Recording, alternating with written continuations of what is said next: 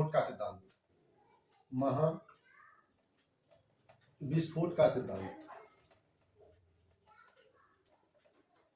Big bang theory. तो आइए सबसे पहले जानते हैं कि आखिर ये बिग बैंग थ्योरी में है क्या। ब्रह्मांड की उत्पत्ति कैसी हुई, इस बिग बैंग थ्योरी में बताया गया है। ब्रह्मांड की उत्पत्ति से संबंधित है बिग बैंग थ्योरी। तो सबसे पहले हमको ये जानना जरूरी होगा आखिर ब्रह्मांड में है क्या।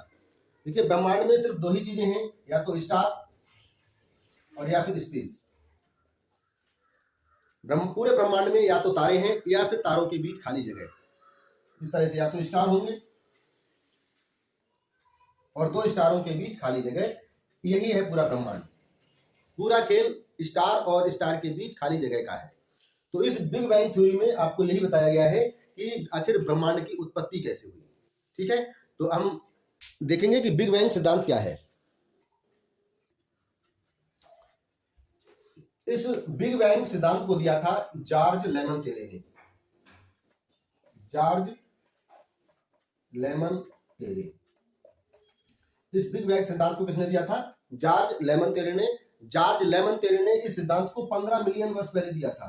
15 मिलियन वर्ष पहले, 15 मिलियन वर्ष पहले इस सिद्धांत को जॉर्ज लेमन तेरे ने दिया था। जॉर्ज लेमन तेरे जो थे वो एक पादरी थे। ठीक है, एक पादरी थे, बेल्जियम में एक पादरी थे।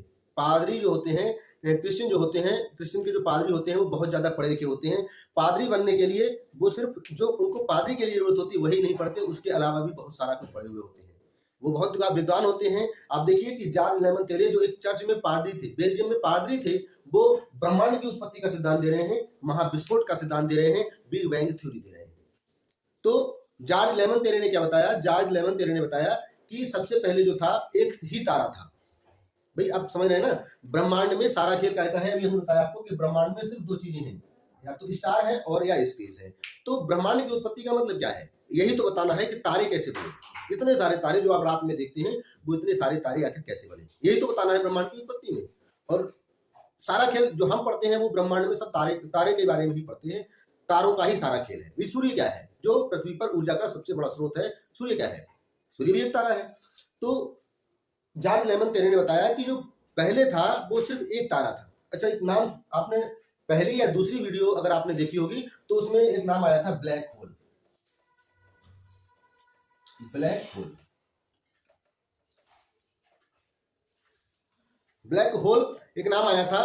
तो इस नाम से आप परिचित होंगे। ब्लैक होल के बारे में हमने आपको बताया था कि ब्लैक होल का घनत्व तो इतना ज्यादा होता है कि इतना ज्यादा घनत्व होता है कि इसकी एक चम्मच मिट्टी का भार, एक चम्मच मिट्टी का भार, इतनी सी मिट्टी का भार जो होता है 10 एलिफेंट, 100 हाथियों के बराबर होता है।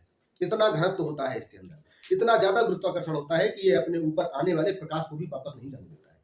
ठीक है, तो इतना घनत्व होता है ब्लैक होल के अंदर। अब ब्लैक होल कैसे बनता है ये आप पिछली वीडियो को देख सकते हैं। पिछली वीडियो में ब्लैक होल के बारे में पूरा बताया गया है। प्लेलिस्ट में जाएंगे आप, ज्योग्राफी की प्लेलिस्ट मिलेगी, उस प्लेलिस्ट में जाएंगे तो जितने भी ज्योग्राफी के वीडियो हैं सारे वीडियो क्रम से पड़े हुए हैं, उस सारे वीडियो को आप देख सकते हैं। तो जॉर्ज लेमन तेरे ने बताया कि जो पहले एक तारा था उस तारे का जो घनत्व था ब्लैक होल के बराबर था। ठीक है, ब्लैक होल के इतना उसका घनत्व था। और जो तारा, एक तो देखिए ब्लैक होल इतना छोटा होता है, ऊपर से तारा तो और बड़ा होता है। ठीक है, तारा ब्लैक होल से बहुत बड़ा होता है। उन्होंने कहा कि एक तारा था, बड़ा तारा था, उसका घनत्व जो था ब्लैक होल के बराबर था। और उसी तारे में क्या हुआ था? विस्फोट हो गया। अचानक एक विस्फोट हो गया और उसी विस्फोट से क्या हुआ? ये छोटे छोटे जो कम घनत्व वाले तारे हैं ये बन गए। ये किसने कहा? जॉर्ज लेमन तेरे ने। एक बार फिर से समझ लीजिए, जॉर्ज लेमन तेरे ने कहा कि शुरुआत में एक बहुत ही घनत्व वाला तारा था, उस तारे में अचानक से विस्फोट हो गया और छोटे छोटे तारे बन गए। ठीक है, जैसे एक मोतीचूर का लड्डू देखे हैं? शादी में जो लड्डू बनते हैं, घर पे ही जो हलवाई वगैरह लड्डू बनाते हैं वो लड्डू देखे हैं? एक बड़ा सा लड्डू मान लीजिए, ये लड्डू है बड़ा सा, ये बड़ा सा लड्डू है। ठीक है, अब क्या करें? इस लड्डू को फोड़ दें। इस लड्डू को अगर फोड़ देंगे तो इसकी जो बूंदी है वो निकल के ऐसे ऐसे भाग जाएगी। कुछ बूंदी पास पास भी रह जाएगी, कुछ दूर दूर भी चली जाएगी। ठीक है, तो ये जो क्या है, ये अधिक घनत्व वाला तारा मान लीजिए। अधिक घनत्व वाला तारा, इसका घनत्व ब्लैक होल के बराबर है, ऊपर से तारा है। तो छोड़िए कि इतना छोटा तारा, मतलब इतना छोटा ब्लैक होल, इतनी छोटी मिट्टी का भार 10 हाथी के बराबर, और इतना बड़ा तारा, तो इसका घनत्व तो और ज्यादा हो गया। तो जब इसमें क्या हुआ? विस्फोट हुआ। जब इसमें विस्फोट हुआ तो कम घनत्व वाले तारे बन गए और इनके बीच की दूरी जो क्या कहलाई, स्पेस कहलाई। यही है आपका बिग बैंग थ्योरी, महाविस्फोट का सिद्धांत। समझ में आया? महाविस्फोट के सिद्धांत में क्या है, उन्होंने बताया कि एक बहुत घनत्व वाला बड़ा तारा था जिसमें अचानक विस्फोट हो गया और उस विस्फोट के बाद कम घनत्व वाले छोटे छोटे तारे बने। ठीक है, अब आप ये देखिए, उसके बाद एक वैज्ञानिक है हब्बल, एडविन हब्बल।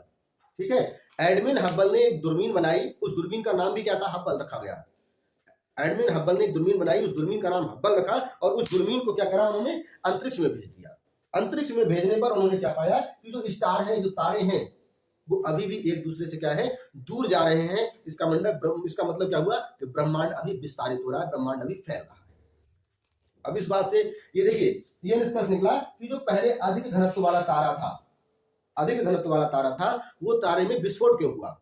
उस तारे में विस्फोट इसलिए हुआ ताकि उस पर कोई बाहर से ऐसी शक्ति कार्य कर रही थी, बाहर से ऐसा बल कार्य कर रहा था जो उसको बाहर की तरफ खींच रहा था, ऐसे बाहर की तरफ इसको ऐसे पकड़ के खींच रहा था, जिसके कारण उसमें विस्फोट हो गया और ये सब तारे चित्रा गए इधर उधर। ठीक है, इसी कारण क्या है, वो बल अभी भी कार्य कर रहा है। जो बल महाविस्फोट के समय कार्य कर रहा था, वो बल अभी भी कार्य कर रहा है। इसी कारण हब्बल ने पाया कि जो ब्रह्मांड है विस्तारित हो रहा है, तारे जो एक दूसरे से अभी भी दूर जा रहे हैं। जिस दिन ये बल कार्य करना बंद कर देगा, ये दूर खींचने वाली शक्ति कार्य करना बंद कर देगी, उस दिन क्या होगा, ये सारे तारे क्या होंगे, आपस में फिर से जुड़ जाएंगे आके और इस तरह का एक फिर से बड़ा तारा बना लेंगे। इस घटना को हम क्या कहेंगे, इस घटना को कहेंगे सुपर क्रंच। इस घटना को सुपर क्रंच कहा जाएगा। ठीक है, तो बिग बैंग थ्योरी का अंत कब होगा? बिग बैंग का मतलब है उस तारे का विस्फोट होना, और उस थ्योरी का अंत कब होगा? जब वो सारे तारे आके जुड़ जाएंगे और फिर से वही एक मूल तारा बना लेंगे, तो उसको क्या कहेंगे, हम सुपर क्रंच कहेंगे। अर्थात बिग बैंग थ्योरी का अंत कब होगा? जब सुपर क्रंच होगा। ठीक है, अब आप देखिए कि ये जो बड़ा तारा था, अब समझ में इसलिए नहीं आता कि कहा जाता है कि एक तारे से बहुत छोटे छोटे तारे बन गए। तो एक छोटे तारे से बहुत तारे कैसे बन सकते हैं? भाई ये तारा बहुत बड़ा है। जो तारा था जिसमें महाविस्फोट हुआ था, ये बहुत बड़ा था। आप ये मानिए कि जो सूर्य है, आपका सूर्य है, वो तारा है, और वो जो तारा था जिसमें महाविस्फोट हुआ था, उसका एक छोटा सा भाग है।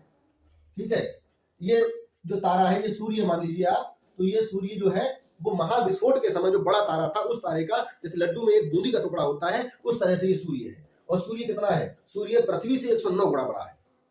सूर्य पृथ्वी से 109 गुना बड़ा है। अब सोचिए कि उस बड़े तारे का एक छोटा सा भाग सूर्य है, जो कि पृथ्वी से 109 गुना बड़ा है। तो फिर जिस तारे में महाविस्फोट हुआ होगा, वो तारा कितना बड़ा होगा, उसका घनत्व कितना होगा? इसीलिए क्या है कि जब उस इतने बड़े तारे में विस्फोट हुआ था, जब लड्डू में विस्फोट होगा, लड्डू फूटेगा तो छोटी छोटी बूंदी छितरा के इधर उधर बिखर जाएगी। उसी तरह से एक बड़े तारे में विस्फोट हुआ था। क्यों हुआ था वो आप बता दिए कि बाहर से कोई ऐसा बल कार्य कर रहा था, वो बल अभी भी कार्य कर रहा है। ठीक है, तो अब मान लीजिए ऐसे बनाया जाए तो सूर्य देखिए इतना बड़ा है, ये सूर्य है, और यहाँ पृथ्वी है, इतनी बड़ी पृथ्वी है, ये पृथ्वी। अब ये सूर्य इस पृथ्वी से इतना बड़ा है। अब सोचिए कि वो तारा कितना बड़ा रहा होगा। पृथ्वी, अब ये देखिए सूर्य के मुकाबले पृथ्वी इतनी छोटी है, और इस पृथ्वी पर हमारे 2 बीघे जमीन हो जाती है, 10 बीघे जमीन हो जाती है, तो हम फूल के गुफा हो जाते हैं कि हम तो बहुत अमीर आदमी हैं। अरे भैया, तुम्हारी पृथ्वी इतनी छोटी है, ब्रह्मांड में तुम्हारा यानी कि तुम्हारा से मतलब हमारा भी, मनुष्य का तो कोई अस्तित्व नहीं है, मनुष्य तो बिल्कुल दिखाई भी नहीं देगा। पृथ्वी इतनी छोटी है सूर्य से, और फिर ब्रह्मांड। तो अभी आप बिग बैंग थ्योरी समझ गए ना? बिग बैंग थ्योरी समझ गए होंगे, सुपर क्रंच समझ गए होंगे। अगर अभी भी किसी को दिक्कत है तो बिग बैंग थ्योरी और सुपर क्रंच में कमेंट कीजिएगा, तो दोबारा इसको बताया जाएगा। हम लोग देखिए ब्रह्मांड देख चुके हैं, ब्रह्मांड देख लिया। ब्रह्मांड में क्या होते हैं? स्टार और स्पेस, 2 ही चीजें हैं। तो तारों के समूह को क्या कहते हैं? आकाशगंगा कहते हैं। आकाशगंगा के बारे में हमने पढ़ लिया। आकाशगंगा के बाद क्या देखेंगे? देखा था हमने तारामंडल, ये सब देख लिया। तारामंडल के बाद नक्षत्र देख लिया। उसके बाद हमने बिग बैंग थ्योरी देख ली। अब हमको पढ़ना क्या है? इसके बाद हमको पढ़ना है सौरमंडल। सौरमंडल, सौरमंडल में क्या? ग्रह के बारे में पढ़ना है। ग्रह के बारे में देखिए, अभी हमने केवल तारे के बारे में पढ़ा है। तारामंडल में इससे भी पहले हमने सबसे पहले देखा था तारा क्या होता है। ठीक है, तो तारे के बारे में पढ़ा। इस सूर्य क्या है? सूर्य भी एक तारा है, लेकिन सूर्य के बारे में हम स्पेशल अलग से पढ़ेंगे। ठीक है, सूर्य क्या है? सूर्य हमारे लिए विशेष है, क्योंकि हमको हमारी पृथ्वी पर ऊर्जा का महत्वपूर्ण स्रोत है, इसलिए सूर्य के बारे में हम डिटेल से पढ़ेंगे, अलग से पढ़ेंगे। अभी केवल हमने तारा समझा है। तो हमने तारा पढ़ लिया, ब्रह्मांड पढ़ लिया, आकाशगंगा पढ़ ली, तारामंडल, नक्षत्र, बिग बैंग थ्योरी, और हम अगली वीडियो से स्टार्ट करेंगे सौर मंडल। सौर मंडल क्या है? सौर मंडल में हम ग्रहों के बारे में पढ़ेंगे। ठीक है,